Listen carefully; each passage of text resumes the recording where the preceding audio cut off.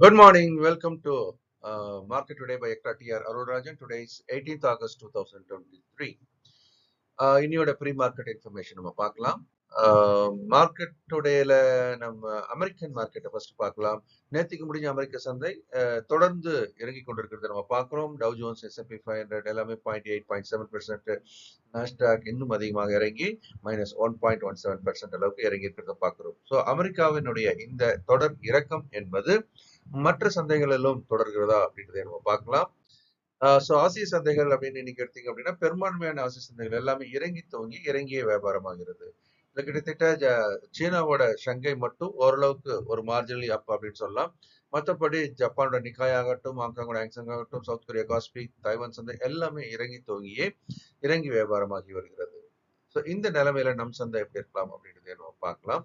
So நம் சந்தை அப்படின்றத நம்ம இப்போ எதை ஒப்பிட்டு பார்க்க வேண்டியிருக்கு. கிஃப்ட் நிஃப்டினுடைய இன்டர்நேஷனல் ட்ரேடிங் டாலர் டேர்ம்ஸ்ல ட்ரேட் ஆகக்கூடிய இந்த சந்தையில அப்படின்னு பார்த்தீங்கன்னா அனதர் பிக் கேப் டவுன் அப்படின்றத நம்ம பார்க்குறோம். ஸோ கிட்டத்தட்ட பார்த்தீங்க அப்படின்னு சொன்னா 20,000 புள்ளியிலிருந்து அப்படியே இறங்கி இறங்கி இறங்கி இறங்கி நம்ம வந்து ஒரு தொடர் இறக்கத்தில் இருக்கிறத நம்ம பார்க்குறோம். ஆனா இன்னைக்கு ரொம்ப முக்கியமான ஒரு நாள். I can say it's a last hope for the bulls. இங்கிருந்து அது டேர்ன் ஆகணும். இல்ல அப்படின்னு சொன்னா இன்னும் அடுத்த கட்ட பெரிய இறக்கத்துக்கு தயாராகலாம். ஸோ நிஃப்டியை பொறுத்த வரைக்கும் நம்ம கொடுத்துருக்கிற ரேஞ்ச் அப்படின்றது 19,250 சப்போர்ட்டா கொடுத்துருக்கோம், 19,750 ரெசிஸ்டன்ஸ் கொடுத்துருக்கோம். இந்த ரேஞ்சில் தான் இருக்குது. ஆமா, இன்னைக்கு 19,250 இந்த எல்ஐயை அது என்ன பண்ண போகுது, டெஸ்ட் பண்ண போகுது. ஸோ இந்த டெஸ்ட் பண்ணி இங்க வந்து க்ளோசிங் வந்து 19,250க்கு மேலாக உட்கார்ந்தால் சந்தை இங்கிருந்து ஒரு புல் பேக் ரேலிக்கு தன்னை தயார் பண்ணலாம். இல்லை அது உடைக்கப்பட்டது அப்படின்னு சொன்னால் இங்கிருந்து கிட்டத்தட்ட இன்னொரு கணிசமான ஒரு இறக்கம் 300ல இருந்து 400 புள்ளிகள் வரை இறங்குவதற்கான வாய்ப்பு அதிகமாக இருப்பதாக நம்ம பார்க்கிறோம். பார்க்கலாம். ஸோ இன்னைக்கு எப்படி ஒரு crucial day. I can say it's a last hope for the bulls 19,250. அதே மாதிரிதான் பேங்க் நிஃப்டிக்கும் இந்த ரொம்ப நாளா நம்ம போட்டுக்கிட்டே வரோம் இல்லையா. 43,500 அது இன்னும் பிரேக் பண்ணவே இல்லை. தொடர்ந்து அதை வந்து ஹோல்ட் பண்ணிட்டு இருக்குது நம்ம பார்க்குறோம். பட் இன்னைக்கு அதை டெஸ்ட் பண்ணலாம், பிரேக் பண்ணலாம். ஸோ எஃப்ஐஸ் வந்து தொடர்ந்து செல்லிங் சைடில் இருக்கும்போது இது பிரேக் பண்ணுறது ஒன்றும் பெரிய விஷயம் இல்லை இல்லையா.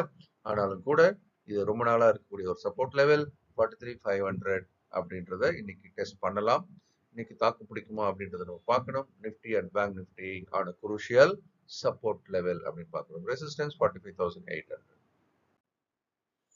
மேக்ரோ எக்கனாமிக்கல் ஃபேக்டர்ஸ் எல்லாமே வந்து எகெயின்ஸ்டாக தான் இருக்கிறது நம்ம பார்க்குறோம். 10-year பாண்ட் ஈல்டு படிப்படியாக உயர்ந்துகிட்டே இருக்கிறத பார்க்குறோம். இப்போ 4.26% இருக்குது.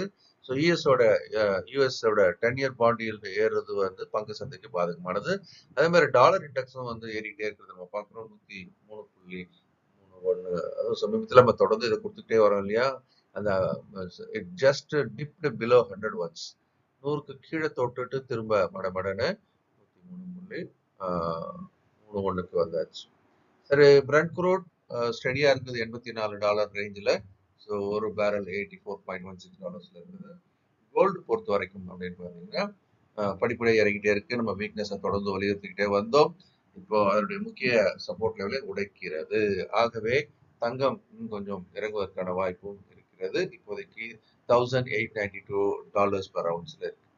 USD/INR தொடர்ந்து வீக் ஆகிட்டே வர்றதை நம்ம பார்க்குறோம். ஸோ ரூபாயானது தொடர்ந்து வீக் ஆகிட்டே இருக்கு. கிட்டத்தட்ட பார்த்தீங்க அப்படின்னா சில வாரங்களுக்கு முன்பாக 81.80 இந்த நிலைமையில இருந்தது. இப்போ எங்கே வந்தாச்சு, இந்த 83.14க்கு வந்தாச்சு.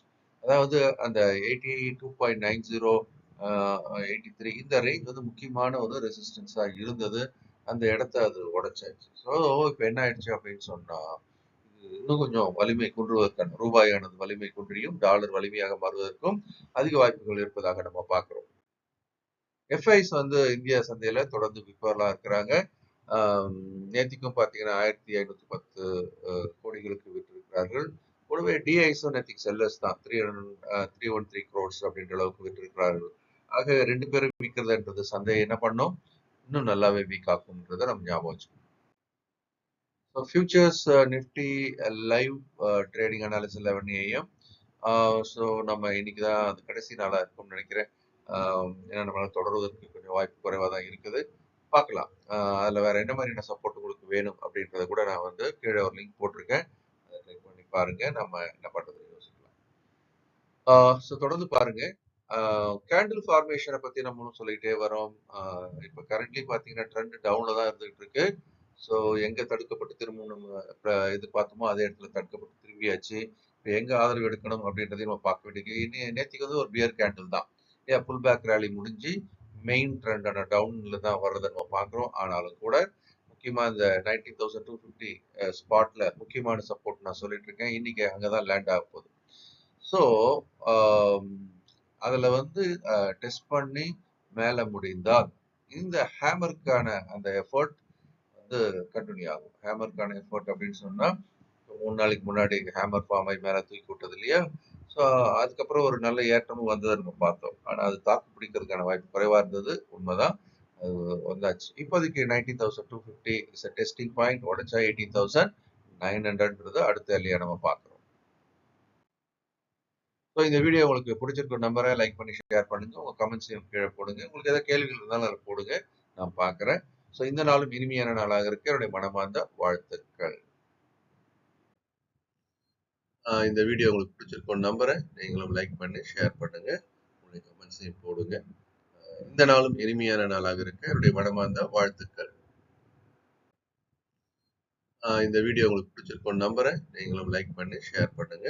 உங்களுடைய கமெண்ட்ஸையும் போடுங்க. இந்த நாளும் இனிமையான நாளாக இருக்க என்னுடைய மனமார்ந்த வாழ்த்துக்கள்.